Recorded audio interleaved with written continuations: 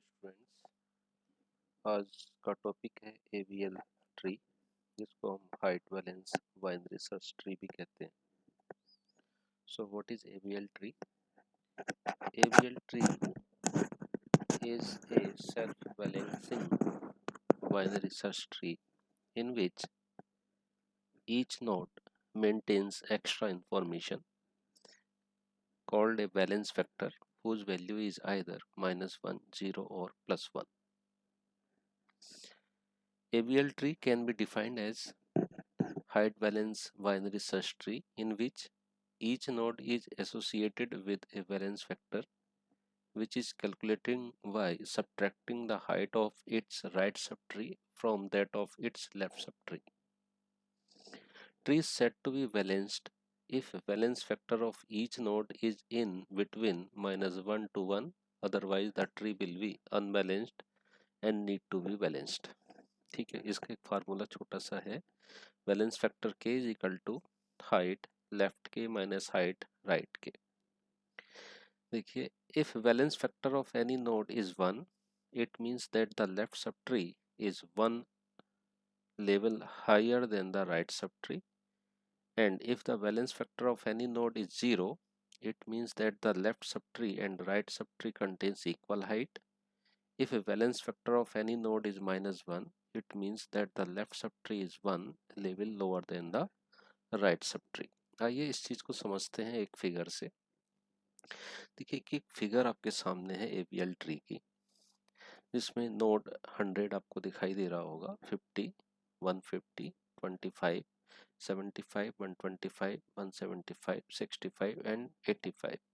ये AVL tree है जिसको हम height balance binary search tree भी कहते हैं। तो बाइनरी सर्च ट्री आपको पता है कि किस तरीके से क्रिएट की जाती है। बाइनरी सर्च ट्री में जो लेफ्ट कीज होंगी वो सब रूट नोड से छोटी होंगी, और जो कीज बड़ी होंगी वो रूट नोड से राइट साइड में रखी हुई होंगी। जैसे यहाँ पर रूट की क्या है, 100 है, तो 100 से जितनी भी छोटी हैं वो सब लेफ्ट सब ट्री में है। इधर आप यहाँ पर देख सकते हैं, ये सब लेफ्ट सब ट्री है। इधर जितनी भी कीज लिखी गई हैं ये सब 100 से लेस हैं, और इधर जितनी भी की लिखी गई हैं ये सब राइट सब ट्री का पार्ट है। यहाँ तक बच्चों आपको समझ में आ गया होगा। अब बात करते हैं बैलेंस ट्री की। बैलेंस ट्री क्या होता है? तो बैलेंस ट्री जो है, तीन चीजें अपने पास रखती है, तीन वैल्यू अपने पास रखती है। एक तो 1, एक -1 और एक 0। जितने भी इस सर्च ट्री में जितने भी लीफ नोड है, लीफ नोड जैसे 25 है, 65 है, 85 है, 125 है, 175 है, तो लीफ नोड पर बैलेंस फैक्टर कितना होता है? 0 होता है। तो हमने यहाँ पे बैलेंस फैक्टर 25 का 0 लिख रखा है, 65 का भी 0, 85 का भी 0, 125 का भी 0 और 175 का भी 0। ठीक है, अब नेक्स्ट लेवल जो है, जैसे मैं बात करूँ 75 की, तो 75 का हाइट कैसे कैलकुलेट किया जाएगा, इसका बैलेंस फैक्टर कैसे कैलकुलेट की जाएगी? तो बैलेंस फैक्टर निकालने के लिए एक फार्मूला आपको बताया था, हाइट ऑफ लेफ्ट सब tree minus height of right सब ट्री। तो हाइट ऑफ लेफ्ट सब ट्री यानी 75 से लीफ नोड तक का जो हमारा हाइट है वो कितना है? 1। और ऐसे ही इधर 85 तक हाइट कितना है? 1। तो 1 minus 1 is equal to 0। Means 75 से 65 तक जो रूट है वो 1 एजेस है, ऐसे 75 से 85 जो है वो 1 एज है, तो 1 माइनस 1 दैट इज 0। और अगर मैं नोड 50 की बात करूं कि इस नोड 50 का बैलेंस फैक्टर कितना आएगा, तो फार्मूला वही रहेगा, हाइट ऑफ लेफ्ट सब tree minus height of right सब ट्री। तो लेफ्ट सब ट्री, इस 50 का लेफ्ट में कितना नोड है? 25 एक, तो यहाँ पर हाइट कितनी बनेगी? लेफ्ट साइड में 1, जो कि ये रखा हुआ है 1। अब इधर आ जाइए, राइट सब ट्री में कितना होगा? तो 50 से मैक्सिमम लेंथ कितनी है लीफ नोड तक? तो 1 एंड 2, तो 1 माइनस 2 इज इक्वल टू -1। तो यहाँ पर 50 नोड का जो बैलेंस फैक्टर है वो कितना है? -1 है। ओके, यहाँ तक समझ में आ गया होगा आपको। इधर देखते हैं राइट सब ट्री में 125 का जो बैलेंस फैक्टर है कितना लिखा गया है? 0। इधर कितना लिखा गया है? 175 का 0। अगर मैं 150 का निकालूं तो लेफ्ट माइनस राइट, तो लेफ्ट की हाइट कितनी है? 1, राइट की हाइट कितनी है? 1। तो 1 माइनस 1 दैट इज 0। और अगर हम 100 का निकालें तो तो देखिए 100 का निकालने के लिए लेफ्ट सब ट्री में सबसे लंबा पाथ कौन सा है, तो भाई 100 से 50 जाएंगे, 50 से 75 जाएंगे, 75 से 85 आ जाओ या 65 आ जाओ, तो कितनी एजेस मिली आपको, 1 2 3, या ऐसे 1 2 एंड देन 3। तो इधर जो है 100 से लेफ्ट सब ट्री की जो हाइट है वो 3 है, जो कि ये रखी हुई है। ऐसे ही राइट सब ट्री की बात करें तो सबसे लंबा रूट कौन सा है राइट सब ट्री में, तो 100 से 150, 150 से 175 चले जाओ या 125 चले जाओ, हाइट कितनी आएगी इधर 2, तो 3 माइनस 2 दैट इज 1। तो आई थिंक यहाँ तक आपको ये निकालना आ गया होगा कि किसी नोट का हम फैक्टर कैसे निकालते हैं, बैलेंसिंग फैक्टर कैसे निकालते हैं। तो हर नोट पर एवीएल ट्री में बैलेंसिंग फैक्टर रखा जाता है। वो बैलेंसिंग फैक्टर जो है 0 हो सकता है, -1 हो सकता है और +1 हो सकता है। अगर इन तीन वैल्यू के अतिरिक्त कोई और नंबर आता है, मतलब 0 के अलावा, 1 के अलावा और -1 के अलावा कुछ और डिफरेंट नंबर आता है, जैसे 2 आ जाए, -2 आ जाए, 3 आ जाए सॉरी, तो उस ट्री को हम क्या कह सकते हैं कि ये बैलेंस ट्री नहीं है। तो उस केस में हमें उस ट्री को बैलेंस करना पड़ता है। ठीक है, तो ये चीजें आपको बच्चों समझ में आ गई होगी, यही इसकी डेफिनेशन में लिखा गया है। देखिए, AVL tree can be defined as height valence binary search tree in which each node is associated with a valence vector which is calculated by subtracting the height of its right subtree from that of its left subtree। और कहाँ से कहाँ तक हो सकता है वो, -1 to 1, जिसमें 0 भी इंक्लूड है। ओके, ये बात आपको समझ में आ गई होगी। या ऊपर एक डेफिनेशन लिखी वो देखो, AVL tree is a self balancing binary search tree in which each node maintains extra information called a valence vector whose value is either -1 0 और +1। तीन ही वैल्यू हो सकती हैं ABL ट्री में, या तो -1 0 और +1, और ये वैल्यू रहती किसकी है, नोड की। इन तीन वैल्यू के अतिरिक्त अगर कोई और वैल्यू आती है तो वो ट्री जो होगा वो हाइट बैलेंस ट्री नहीं होगा, ABL ट्री नहीं होगा, फिर उसे हमें बैलेंस करना पड़ेगा। ओके, नाउ अब बैलेंस करने के लिए, उस ट्री को बैलेंस करने के लिए हमें कुछ ऑपरेशन परफॉर्म कराने होते हैं, जिनको हम बोलते हैं AVL रोटेशंस। ठीक है, तो देखिए क्या लिखा गया है, we perform rotation in AVL tree only in case if balance factor is other than -1 0 and 1। मतलब अगर बैलेंस फैक्टर -1 0 एंड 1 के अलावा कुछ और आता है तो हम इन रोटेशंस को परफॉर्म करते हैं। और वो कौन कौन से रोटेशंस हैं, जैसे LL rotation, RR rotation, LR rotation और RL रोटेशन। ठीक है, तो LL rotation means inserted node is in the left सब ट्री ऑफ ए। ठीक है, ऐसी RR रोटेशन का मतलब राइट साइड में कोई नोड इंसर्ट हो गया है। LR का मतलब रूट से लेफ्ट ट्री की तरफ, और लेफ्ट में फिर राइट ट्री की तरफ कोई नोड इंसर्ट हो गया है। ऐसी RL का मतलब है रूट से राइट साइड में और राइट साइड में फिर लेफ्ट साइड में। इस तरीके से कोई नोड इंसर्ट हो गया है जिसके थ्रू उस ट्री का बैलेंस जो है वो मेंटेन नहीं रहा है। तो उस मेंटेन करने के लिए ये हमें कुछ रोटेशन परफॉर्म करने होते हैं। तो आइए समझते हैं सबसे पहले RR रोटेशन को।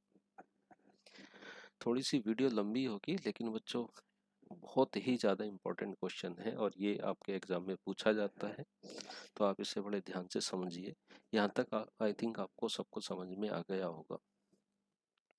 तो देखिए RR रोटेशन, व्हेन BST का मतलब होता है binary search tree becomes unbalanced due to a node is inserted into right subtree of the right subtree of A, then we perform right rotation या RR rotation. RR rotation is anti clockwise, इस चीज को ध्यान में रखेंगे, RR rotation को हम anti clockwise direction में रोटेशन करवाते हैं। ठीक है, जैसे यहाँ पर देखिए आप, ये एक फिगर है। ठीक है, ये एक ट्री है, ए नोड से बी जुड़ा है, बी से सी जुड़ा है। तो सी नोड का जो बैलेंस फैक्टर है वो कितना है, 0। बी नोड का बैलेंस फैक्टर 1, वो 1 कैसे आएगा ये चेक करते हैं भाई। ये 1 फैक्टर कैसे आया, तो देखिए 1, अगर बी का राइट सब ट्री निकालें, बी का लेफ्ट सब ट्री निकालें तो लेफ्ट में कोई नोड नहीं है, इसका मतलब 0।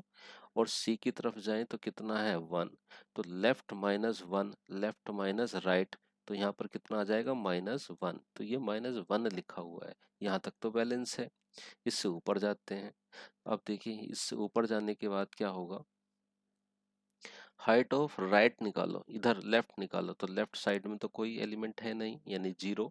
राइट साइड में कितनी हाइट है, 1 2, कितनी है 1 2, तो लेफ्ट माइनस राइट, तो लेफ्ट में तो है 0, तो 0 - 2 इज इक्वल टू कितना सेट हो जाएगा, -2।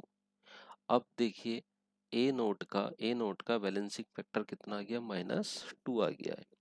जब -2 आ गया तो हम ये कह सकते हैं ये ट्री जो है वो बैलेंस्ड नहीं है। लिखा है राइट अनबैलेंस्ड ट्री। राइट का मतलब ए के राइट में सारे नोड रखे हुए हैं, इसलिए इसको हम क्या बोलते हैं, राइट साइड में अनबैलेंस्ड है। तो इसको बैलेंस करने के लिए हमें कौन सा रोटेशन परफॉर्म करना पड़ेगा, आर मतलब राइट साइड से रोटेशन करना पड़ेगा। तो देखिए राइट साइड से जब रोटेशन करते हैं तो एंटी क्लॉकवाइज में इस तरीके से, जैसे ये एरो है इस तरीके से रोटेशन कराएंगे। तो इस रोटेशन का मतलब होता है आर रोटेशन, यानी एंटी क्लॉकवाइज डायरेक्शन में। तो बी नोड जब रोटेट होगा तो वो ऊपर आ जाएगा और ए नोड बी के लेफ्ट साइड में आ जाएगा, जो कि आप यहाँ पर देख रहे हैं। बी नोड यहाँ पर आ गया है, ए इसके लेफ्ट में चला गया और सी इसके राइट में आ गया। अब इस ट्री का आप बैलेंस निकालेंगे तो ए का बैलेंसिंग फैक्टर 0, सी का 0 एंड देन बी का भी 0। ठीक है, बी का 0 कैसे आएगा, देखा बी के लेफ्ट साइड में 1 है, बी के राइट साइड में भी 1 है, तो 1 - 1 इज इक्वल टू 0। ठीक है, ये आपको समझ में आ गया होगा। अब ये जो ट्री है, ये वाली ट्री, ये ट्री कैसी हो गई, बैलेंस हो गई है। ओके नाउ अब देखिए सेकंड बात करते हैं एल एल रोटेशन की। तो एल एल रोटेशन क्या है, जैसे हमने अभी आर आर रोटेशन पढ़ा है सेम वैसा ही कैसा है हमारा एल एल रोटेशन। तो देखिए जिसे हम यहाँ पर बात करें, ये लेफ्ट अनबैलेंस्ड ट्री है, ये वाली कैसे है कि ए का बैलेंसिंग फैक्टर 0 है, बी का बैलेंसिंग फैक्टर 1 है। 1 कैसे आएगा, लेफ्ट साइड में एक आर्क है यानी एक एजेस है, राइट साइड में है नहीं, तो 1 - 0 कितना आ जाएगा, 1। सी नोट पर निकालेंगे तो 1 2, 2 - 0 दैट इज 2। लेकिन सी नोट का जो बैलेंसिंग फैक्टर है वो कितना आ चुका है, 2, जो कि ट्री को क्या बनाता है, अनबैलेंस्ड बनाता है। तो इसको बैलेंस करने के लिए क्या परफॉर्म करना पड़ेगा आपको, L L rotation. L L rotation कैसे हुआ वो भी देखो। देखो सी नोट के लेफ्ट साइड में बी नोट रखा और बी के लेफ्ट साइड में ए नोट रखा है, तो एल एल रोटेशन इस तरीके से होता है। अब इस एल एल रोटेशन को जो हम कराते हैं तो ये होता है किस, क्लॉकवाइज डायरेक्शन में, इस तरीके से। मतलब बी नोड ऊपर आ जाएगा, सी नोड इसके राइट साइड में चले जाएगा और ए लेफ्ट साइड में, जिस तरीके से मैंने आपको यहाँ पर दिखाया है। तो अब ये वाला जो ट्री मुझे मिला है, ये कैसा ट्री मिला है, बैलेंस ट्री मिला है। तो ये एल एल रोटेशन था। आई थिंक ये बच्चों आपको समझ में आ गया होगा। नाउ आगे बढ़ते हैं। अब है हमारा एल आर रोटेशन। देखिए अभी तक जो आप पढ़ रहे थे ये सिंगल रोटेशन थे, एल एल रोटेशन और आर आर रोटेशन, ये कैसे थे, इनको हम सिंगल रोटेशन बोलते हैं, यानी एक बार रोटेशन में काम हमारा हो जाता है और वो ट्री बैलेंस हो जाता है। लेकिन अब हमारे पास जो एल आर रोटेशन है इसको हम बोलते हैं डबल रोटेशन। ठीक है, और ये एक छोटा सा थोड़ा थोड़ा सा डिफिकल्ट होता है किससे, सिंगल रोटेशन से। तो एल आर रोटेशन को निकालने के लिए क्या फार्मूला लगाया गया है कि पहले आप आर आर रोटेशन करें and then R R rotation करने के बाद एल एल रोटेशन कर दें। ठीक है, तो उसको हम क्या बोलेंगे, एल आर रोटेशन बोलेंगे। लिखा है first R R rotation is performed on subtree and L L rotation is performed on full tree. ये ध्यान में रखेंगे, L L rotation is performed on full tree. ठीक है, first R R rotation is performed on subtree, ये sub tree के ऊपर होना है, और एल एल रोटेशन जो इसके बाद होगा वो किसके ऊपर होना, पूरे फुल ट्री के ऊपर होना है। ठीक है, by full tree we mean the first node from the path of inserted node whose valence factor is other than -1 0 और 1। जिस फैक्टर का जिस नोड का वैलेंस जो है वो -1 0 और 1 से चेंज होगा, उस नोड का हम क्या करते हैं, रोटेशन करते हैं, एल एल रोटेशन। देखिए ये कुछ यहाँ पर स्टेट बताई गई हैं। अगर सपोज दैट हमारा नोड इस तरीके से रखा हो, ठीक है, बी नोड हमने इंसर्ट किया हो, तो देखिए ये सी नोड था, हेड नोड है, इसके लेफ्ट साइड में ए नोड है और ए नोड के राइट साइड में कौन सा है, नोड बी रखा हुआ है। तो देखो इस तरीके से एल इधर और आर इधर, तो एल आर रोटेशन हो गया। अब इस एल आर रोटेशन में सी नोड का क्या रखा हुआ है, बैलेंस फैक्टर 2, जो कि ये बतलाता है कि ये ट्री जो है अनबैलेंस्ड है। अब इसको बैलेंस करने के लिए हमें क्या करना पड़ेगा, एल आर रोटेशन को परफॉर्म करना पड़ेगा। और एल आर रोटेशन क्या कहता है कि भैया पहले आर आर रोटेशन करो और फिर उसका एल एल रोटेशन कर दो। ठीक है, तो एल आर रोटेशन कैसे होगा, एल आर रोटेशन होगा किसका, sorry, R R rotation plus L L rotation. तो हेंस आर आर रोटेशन किस में होता है, एंटी क्लॉकवाइज में, on subtree at A. तो ए की सब ट्री पर रोटेशन करिए। तो देखो किधर से किधर हो रहा है, इधर से लेफ्ट साइड से राइट साइड, यानी एंटी क्लॉकवाइज डायरेक्शन। तो जब आप एंटी क्लॉकवाइज डायरेक्शन में करेंगे तो ये बी नोड ए पर पहुंच जाएगा और ए का लेफ्ट क्या बन जाएगा, बी का लेफ्ट क्या बन जाएगा, ए। तो हमें ट्री ये मिल जाएगी।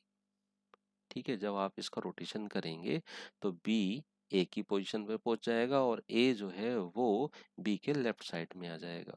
लेकिन यहाँ पर अगेन क्या निकालोगे आप, बैलेंसिंग फैक्टर। तो ए का 0, बी का 1 और सी का 2 मिलेगा। अब किस नोड का बैलेंस फैक्टर बिगड़ा है, सी का। अब देखिए ये एल साइड है, ये भी एल साइड है। यहाँ पर आप देख रहे थे ये एल साइड था और ये आर साइड था। ठीक है, तो हमने ये आर आर रोटेशन लिया था ऐसे करके। अब हम लेफ्ट लेफ्ट रोटेशन लेंगे। तो लेफ्ट लेफ्ट रोटेशन कैसे होता है, लेफ्ट लेफ्ट रोटेशन इस तरीके से होता है क्लॉकवाइज डायरेक्शन में। यानी बी सी की पोजीशन पे पहुंच जाएगा और सी जो है वो बी का पार्ट बन जाएगा इस तरीके से। ए बी का पार्ट लेफ्ट साइड में और बी का राइट साइड में सी का पार्ट। तो ये जो ट्री है हमारी, ये कैसी बन गई है, बैलेंस ट्री हो गई। तो आई थिंक बच्चों ये आपको समझ में आ गया होगा कि एल आर रोटेशन किस तरीके से होता है। नाउ नेक्स्ट बात करते हैं आर एल रोटेशन की। तो देखिए आर एल रोटेशन करने के लिए सबसे पहले हमें क्या परफॉर्म करना पड़ेगा, एल एल रोटेशन और फिर उसके बाद आर आर रोटेशन।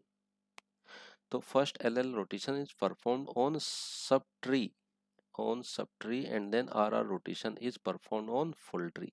देखो मैंने यहाँ भी कहा है, ये R R rotation performed on full tree. ठीक है, full tree means the first node from the path of inserted node whose balance factor is other than this. ठीक है, समझते हैं इसको। जैसे ये नोड है ए सी बी, तो ए के राइट साइड में क्या रखा है, सी, और सी के लेफ्ट साइड में कौन रखा है, बी। तो देखो आर और एल रोटेशन हो गया, लेकिन यहाँ पे बैलेंसिंग फैक्टर देखो, बी का 0, सी का 1 और ए का 2 है। ओके, यहाँ तक। नाउ यहाँ पर ए नोड का बैलेंसिंग फैक्टर बिगड़ चुका है, यानी ये सही नहीं, ये ट्री जो है वो बैलेंस नहीं है। तो सबसे पहले हम क्या परफॉर्म करेंगे भाई, इस पे आर एल रोटेशन को परफॉर्म करेंगे। और आर एल रोटेशन क्या कहता है कि सबसे पहले आप एल एल रोटेशन को करें एंड देन उसके बाद आर आर रोटेशन को परफॉर्म करें। तो जो एल एल रोटेशन होता है वो होता है क्लॉकवाइज डायरेक्शन में। तो क्लॉकवाइज डायरेक्शन में देखिए बी से सी, यानी बी सी का पोजीशन पकड़ लेगा और सी जो है उसके राइट साइड में चला जाएगा। इसको हम क्या बोलते हैं, क्लॉकवाइज रोटेशन। इस तरीके से क्लॉक ऐसी चलती है ना, इस तरीके से, यानी सी को नीचे लाइए और बी को ऊपर लाइए। तो हमने कुछ इस तरीके से किया तो हमें ये वाला फिगर मिला। अब आप यहाँ पर देखेंगे ए नोड का बैलेंसिंग फैक्टर कितना है, 2, जो कि सही नहीं है। तो अब इस पर कौन सा रोटेशन लगाया जाएगा, इस पर रोटेशन लगाया जाएगा आपका, ठीक है, कौन सा लगाया जाएगा पहले, आर आर रोटेशन। अब इस पर आर आर रोटेशन लगाइए। तो आर आर रोटेशन लगता है आपका एंटी क्लॉकवाइज डायरेक्शन में इधर। तो हमने इधर लगाया, तो बी नोड ए की पोजीशन पकड़ लेगा और ए जो है बी के लेफ्ट साइड में आ जाएगा। ठीक है, इस तरीके से ये हमें यहाँ पर मिल जाएगा। तो आई थिंक बच्चों ये आपको समझ में आ गया होगा कि ये लेफ्ट राइट रोटेशन कैसे होते हैं, एल एल रोटेशन कैसे होता है, आर आर रोटेशन कैसे होता है। ठीक है, तो इस लेक्चर को कंटिन्यू करेंगे नेक्स्ट नेक्स्ट लेक्चर में। ठीक है, तब तक के लिए धन्यवाद, थैंक यू।